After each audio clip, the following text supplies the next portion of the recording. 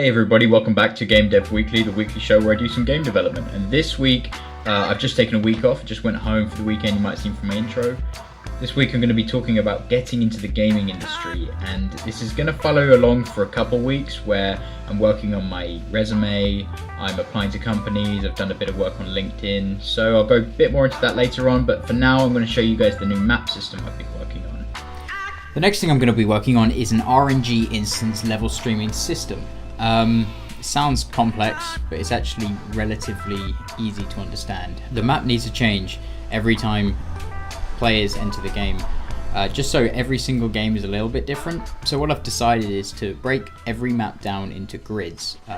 This example uses 8 grids, but it could be used for any amount of grids. So to explain this, it's a top-down view of a map, and we've got A, B, C, D, E, F, G, H.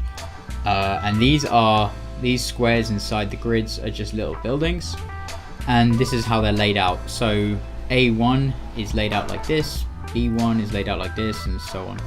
So how will we dynamically change these maps? Well, if I scroll down, here's an example of what will happen. Some of these maps will stay the same. So this one was B1, this one's C1, F1, G1. But then the other ones will change as well. So there's E2, H2, D2, and A2. So each tile in the map is completely different to the other one. So A1 is different to A2. But the way that these maps are actually laid out is B1 can be right next to A2 with no problem at all. And this will completely randomize the map. We'll even probably go to about 4 variations of each tile. And then when the game is loaded in, it randomly generates this tile map to create a completely new world every single time. A common thing whenever you're developing a computer game is you're actually making tools, whether that's for yourself or for other developers to use. And this is one of those cases. I'm thinking about getting a level designer on for this project. So I've been working on a tool to help them create these levels. Once a level is created, it gets split up into that grid, and then they're created into these separate map files that you can see down here.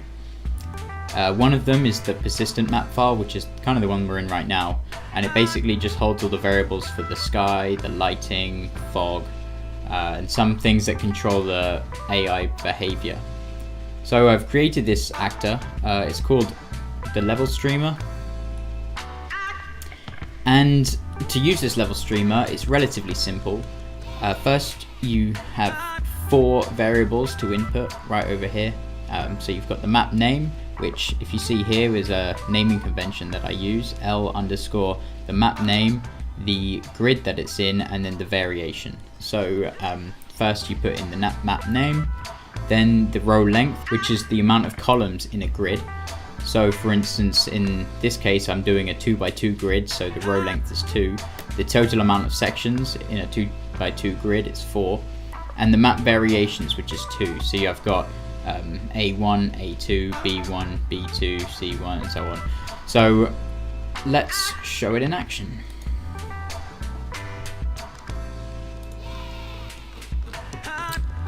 So right here, if I just jump out, you can see this doesn't really look like much, but this is actually 4 different sections, completely randomized.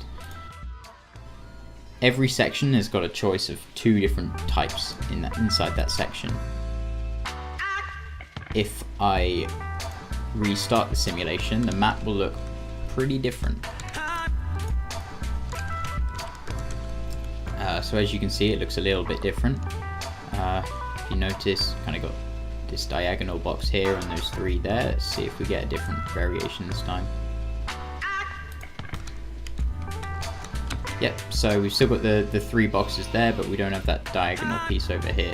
So every time this is run, it basically takes in all of that data that gets inputted in the level streamer over here and makes a completely different map. So we can have maps with loads of variations. So you can have A1, A2, A3, A4, and then you just change that to 4. And you can have bigger maps and smaller maps, you can have different size maps. Mainly they only work around square maps, and that's how the system works.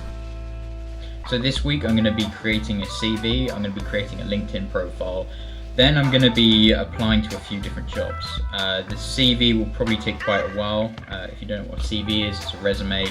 It basically lists your skills and your previous work experience. I'm going to go through a few variations of it. It's important to kind of refine it, to get advice from people.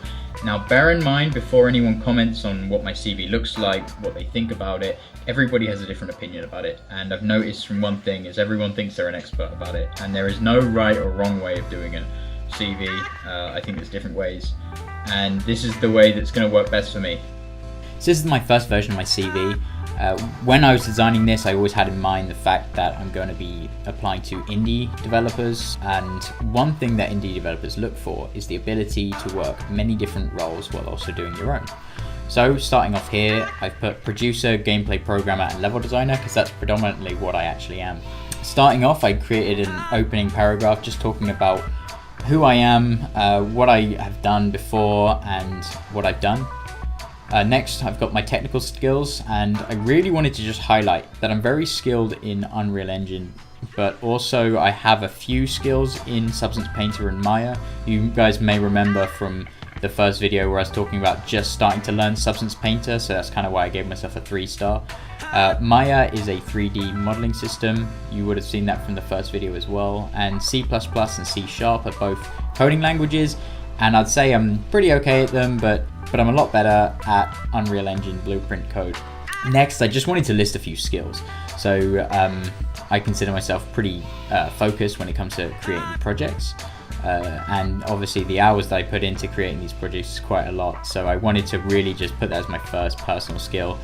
My second skill is the people management skills that I picked up while I was managing a backpacker lodge in Africa, and that's one of the skills. But also creating the Scuttle and Western Province, it requires a good amount of people management, so I wanted to list that in there as well.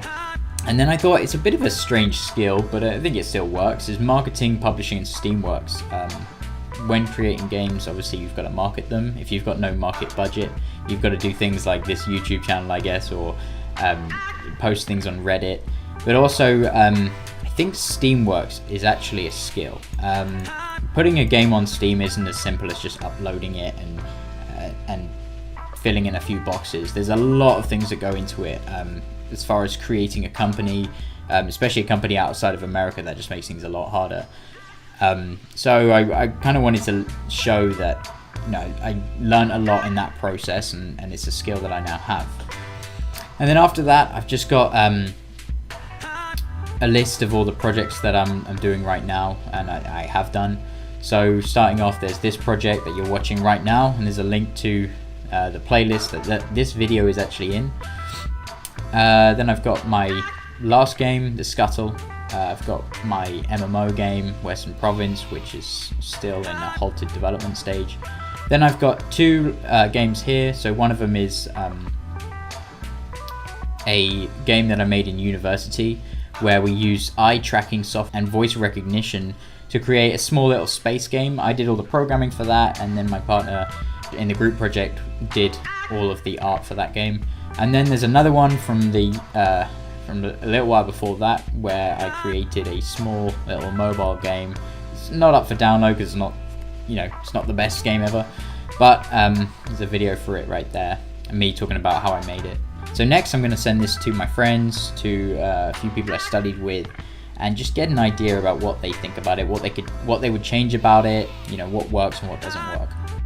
Okay, version 2. So I got some feedback, and essentially a lot of people were saying that it was a bit dry in the first opening paragraph and I wasn't really selling myself. So in this version I've updated the first paragraph. I kind of wanted to sell myself a little bit better, so that's what I've basically done in this first paragraph. And then I changed up a bit of wording. I also got some feedback saying that down here was just a bit blank and I needed some more screenshots. So first up, we got some Substance Painter stuff here. Then I've got this is a screenshot from the Scuttle, and then this is a screenshot from Western Province. Next, I'm going to send this to a few more people, get their idea on it, and see where I can go from there. So this is version 3, and I've changed a little bit again around the which order that some of this paragraph goes in. And then I've filled in this white space by moving the personal skills box up into the right panel. Also, boosting the font size was a recommendation I had, so I did that as well. And I'm thinking this is looking pretty good. Next stop, I'm going to be looking at my LinkedIn profile and creating one of those. So I spent a little while working on my LinkedIn profile and figuring out what you can actually do with LinkedIn. So it's quite interesting. You can apply for jobs, but also it kind of acts as your resume or CV. So this is what I've come up with, just a short summary of what I do. And then some of my experiences. So first up, I've got some of the projects that I've been working on. Then my other job in Malawi. Then I've just got my education, where I've got my degree, and then 2 volunteering experiences. And then just my 2 projects. So I've got the Game Dev Weekly right here and the Scuttle. I didn't want to put any projects on here that weren't major enough. I wanted to really keep it down to projects that I feel are big enough to actually be recognized. And then I got a recommendation from one of my friends who I was working on the Scuttle with. He was one of the sound designers. So I'm pretty happy with how this came out.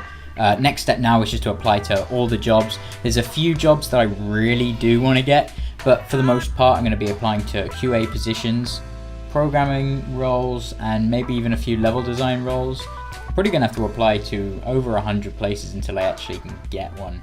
So over the next few weeks in Game Dev Weekly, I'm going to be talking a bit about my experience with that. I really want to take you guys along for the ride and just keep you updated on everything that I'm doing.